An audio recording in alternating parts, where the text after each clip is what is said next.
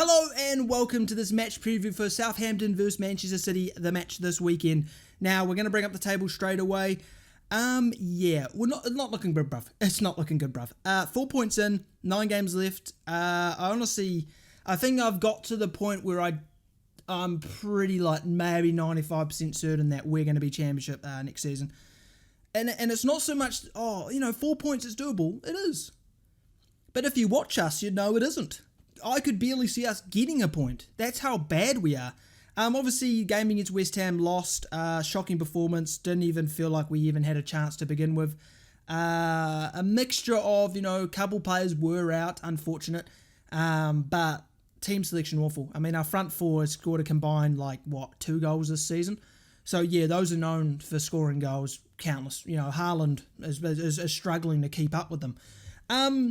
So this game coming up, everyone expects us to lose, and I expect us to get walloped. And obviously, City aren't in a position where they can drop points. It's pretty simple. They're going to come here and think we have to win. It doesn't matter what they throw at us, what we do, park the bus, whatever we are deciding to do, we have to destroy them. And I love that. I'm so excited. Are you? I am. Potential 9-0? That'd be interesting. So it's just disappointing, isn't it? We shouldn't be in this position. If we just had some actual smart people in some actual positions, maybe we wouldn't be in this position. But we know why we're here, because manager's been shite, recruitment's been shite, the board before Sport Republic was shite, and it's just been a slow sort of downward trend to this point. The last 5-6 years have been really dire, and it's just slowly got to the point we're in this position where we can't even get points. It's pretty sad to think about, but I think most Southampton fans have probably accepted the fate that we aren't going to be in the Prem, which is going to suck for me, especially because fuck me, I don't think they cover Championship in New Zealand, so that's going to be fucking fantastic. I'm just going to get up at 3 a.m. and watch the bloody live feed. Oh, we scored. That'd be fantastic. So that's that table. We're going to bring up the big boy table, the table I wish we were in, the top half. The team will look at Man City. As I said, they can't drop points. Simple as that. They have to win. Really, for the title race, it's still extremely... You may think, they're 8 points. Clearly, they can't lose it. Arsenal have to travel to Liverpool, and everyone's like, Liverpool suck. They don't. They're just having quite a bad season, actually. But going to Anfield is no small feat. Man City lost there this season. United lost 7-0 there. So it's not exactly easy to go to. So if Arsenal were to drop points against Liverpool, City obviously beat us. I mean, that's basically guaranteed at this point. I don't even see us putting up a fight. And then there's a game for City versus Arsenal. It's going to be, if City were to win that. And they're quite good at those sort of games, the games that matter the most, when they played Liverpool at the Etihad and stuff. And they that turns and sparks the rest of the season. So, the title race is definitely on. City just need to beat us, which shouldn't be too big of a feat, to be honest. We are awful. Now, obviously, the next 6 games. City, obviously, we're talking about now. 7-0. Loss, of course, not a win. Palace at home, another huge game that we're definitely not going to turn up in. Away to Arsenal, 5-0. We'll give it a 5. Bournemouth, another massive game. Probably won't turn up. Newcastle away. They look like they're really hitting some good form recently. I just saw they spanked West Ham 5-1. We couldn't even really create one chance against West Ham, and they scored 5. So that about sums up our differences in quality. And then another massive game against Nottingham Forest, who are slowly sliding down the table into relegation. So we do have, in this next 6-game period, 3 absolutely huge games. And I mean, if in a dream reality, we win those games. Whoa, what happened? That's 9 points. That would take us to probably, I'd honestly say, 9 points in the next 6 games would potentially put us maybe 1 point behind, I'd say, or maybe even out, because that's how close the bottom is. It sort of seems like one team will win 1 week and then they won't win for the next 3, and then another team who lost 2 in a row has won this one, but then they lost again. It's sort of just like that. Everyone's moving up and down. Leeds 3 weeks ago were bloody in relegation with us, and now they're 13th. So it's very easy to change our fortunes, but it's just I don't think we have the quality, it's just depressing to think about, isn't it? So this is the Manchester City lineup from last game against Liverpool, where they spanked them. I actually watched that game, believe it or not. For some reason, I decided to stay up till 3 a.m. and watch this. Basically because my best friend's a Liverpool fan, so we watched it together. And the first half was quite competitive. Second half wasn't. Yeah, this system's crazy, by the way. I was looking at it and I was thinking, what the fuck is this? It's definitely an interesting system. And John Stones was quite, surprising enough, instrumental in how well it played out. But this is a team, and I mean, fuck me. I'm not exactly sure if Haaland's fit. I don't think it'll matter. I think we'll still get spanked regardless. Maybe we won't get spanked as much. That'd be good. But yeah, this team's disgusting, isn't it? It's not fair at all. They've got quality players everywhere. I mean, Kevin De Bruyne's going to have a field day. He'll probably risk Kevin De Bruyne because they're like, oh, these guys fucking suck. But yeah, so that's their lineup from last game. I mean, they're just a class team, huh? And this is going to be great fun to watch. Now, obviously, we're doing our preferred lineup. Oh, woohoo. I don't think any lineup gets us any points, but we'll do it regardless. Keeper, Gavin, obviously, because there's no one else. Right back, Walker Peters, because there's no one else. Centre backs, is Belakovic going to fit? I'm going to assume Belakovic's not fit. So we're going to go with, hopefully, I'm going to assume Salisu is fit. Bednarak Salisu. Fantastic. Left back has to be Pro, because there's our only left back. We're going to be playing a 4-2-3-1, I think is the best system for us, even though we're constantly playing Elanusi, Stuart Armstrong on the wings with Theo Walcott up front as a striker, believe it or not, because he's known for his number 9 ability. But yeah, so we're going to be going a midfield trio of Ward-Prowse, Lavia, Alcaraz, which for some reason barely gets played. I mean, why? Isn't it pretty logical that when we play those three, we play a lot better? Alcaraz provides a lot of creativity that we sorely lack, especially against West Ham. That was dire.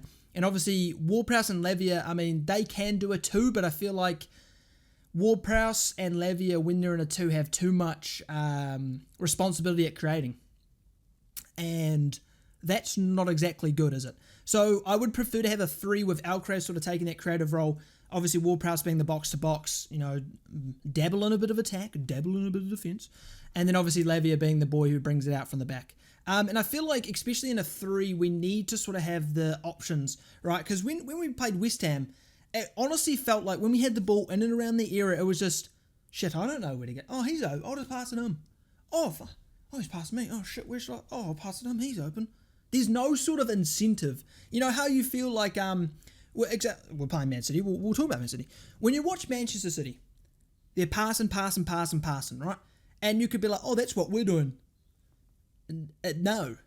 What they're passing is they're passing, building an attack. They're slowly progressing because they know, it's Pep Guardiola. They're trained. They're drilled into the brain.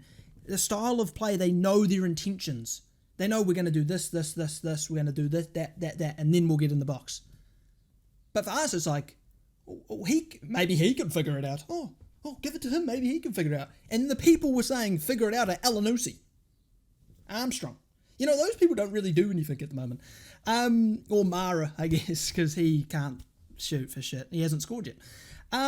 Yeah, so that's the sort of thing. I feel like when we're in a 3, Alcaraz can sort of drift and sort of be in that pocket of space, because I see it all the time. Elanusi attempts to do it, where he drifts in between the lines and tries to, receive the ball and turn and go. But he's not good enough to turn and go. But Alcaraz is. That's the difference. Like, I saw it against West Ham countless times where Elanusi would pick the ball up in a sort of good area between midfield and defence. And he gets tackled instantly because he's so fucking slow that he can't just take a touch and go. He's a semi-truck. He's a semi-truck. He's a semi-truck but a small person. I don't know how it works. Well, I don't know. Is he small? Maybe 5'11"? I don't know. But yeah. So I feel like a 3 is our best option to maybe create something. Maybe have 2 shots would be probably a positive. And then our front 3. Well, I'm still processing how this man didn't start against West Ham, considering he's easily been our best winger this season. He's been here for 2 months. Sulemana. Why wasn't he playing against West Ham? No, let's play Elanusi and Stuart Armstrong. Brilliant. Are you sniffing cocaine? What fucking drugs are you on, Salas, mate? Obviously, Sulemana has to play. He's our most direct, pacey, fast. He's a speedster. He's Barry Allen reincarnated. He's bloody quick. And he's quick with the ball as well. And he's got twinkle toes. He can beat 2-3 people and create something. Yes, he doesn't have the end product, but who does? We've scored 20 goals this season. No one fucking can score. Like, probably Ward-Prowse our top scorer from free kicks. But yeah, Sunderman has to play left wing. I think Walcott has to play right wing. I think he's been the only good player out of that four that suck. And especially the last few weeks, he's been much better. Especially if you compare him to Stuart Armstrong, Elanusi. So Walcott has to play. He has to at right wing. And we just need to play a 4-2-3-1, 4-3-3, something like that of that variation. Please, God, Sellers. Next thing we know, we're playing 5 at the back like Nathan Jones. And then we'll say, oh, we're scoring 5 at the back because that is the whole purpose of a 5 at the back is to score heaps of goals. Yeah. Anyway. So striker, I'm not sure if Adams is fit. I would say it's hard. It really is, because it's sort of like, okay, we're playing against a team that's going to have the ball. 95% probably. It's difficult. Do you want to play a striker who can get him behind? Or do you want to play a striker who can hold up the ball? Because Big Paul can hold the ball. He's a big cunt. He's 6'7". If he can't hold the ball, why is he a footballer? You know? Why isn't he a centre-back, you could say? But it's difficult, but I'm going to assume Adams isn't 100%. Because I kind of want to see Big Paul play. I think Big Paul's physicality could cause an issue and sort of give us an out ball, a direct ball, because I feel like Adams is good at hold-up play, but it sort of gets to the point where is he going to be able to hold up the ball against that defence, you know? Because he's not exactly anything special in terms of physicality, right? Like, he is strong, he's not weak, but he's not 6'7", right? He's not a big, tall cunt. He's just a big... Oh, not a big cunt, really, is he? He's just stocky, I guess. But yeah, so I'm going to say Big Paul. My boy Big Paul. Because at the end of the day, we bought him to score goals. He has barely played. And he actually had the crossbar against West Ham. Probably our only thing that even got close to scoring. So really, he deserves a go, a crack. At the end of the day, what we're doing right now is shite. We're not getting points with the systems we've been playing. We're not getting points with the personnel we've been playing. We have to change it. If we want something to get something from the season and stay up, we have to try shit that we wouldn't normally try, like Big Paul starting, Sulemana starting, playing a 3 with Alcaraz and Ward-Prowse and Levia. Like, those sort of things we have to do to get stability and balance in the team. But yeah, that's my preferred lineup. Obviously, we'll see Elanusi, Stuart Armstrong, Mara probably play a 4-4-2 that doesn't work and get overrun in the midfield. And then City will have not 95 but 97% possession. And then we'll lose 7-0. So yeah, that's my preferred lineup. Salah's bloody do it, please. And then if we play shit, we play shit. We're gonna play shit regardless, so we might as well try something new. Now for predictions. I've made plenty of jokes today about getting spanked 7-0. Do I think it'll be 7-0? It's possible, but I don't actually think it'll be 7-0. I think it'll be 4. A massive difference. I've basically halved it. Yeah, I'm going 4-0. City are on fire. They're in form. They've got quality players in every position and on the bench. And yes, we beat them in the Carabao Cup, but that was sort of a B team. And I just honestly don't see us... Like, we'll no doubt, we'll probably play much better than against West Ham and a much better against Leeds, right? We'll play against City much better in those 2 games, but we'll get spanked. Because there's no point turning up against a team that's going to spank us even if we play perfect. It's just stupid. Maybe turn up against teams that we can actually beat. But anyway, 4-0. I'm not expecting much. I'm just expecting to wake up at bloody 3:30 in the morning or whatever and watch shite like I do every bloody day. Is it 3:30? I don't fucking know. It's some shit time in the morning. Yeah. That's my prediction. We're going to get spanked. It's really... I think the nail in the coffin will be the Palace game. If we don't win that, we're dead and buried. Yeah. So that's it. Like, subscribe if you enjoyed. I'll be doing a watch along, so if you want to join in and watch some potential horrible football, maybe the other team will play some good stuff for once, so we can actually watch how football's supposed to be played. Yeah, I'll be doing a watch along, and hopefully some miracle happens, God-given gift, that they all get food poisoning, have to forfeit, because that's about our only hope. Yep, thanks for watching, and I'll see you guys next time.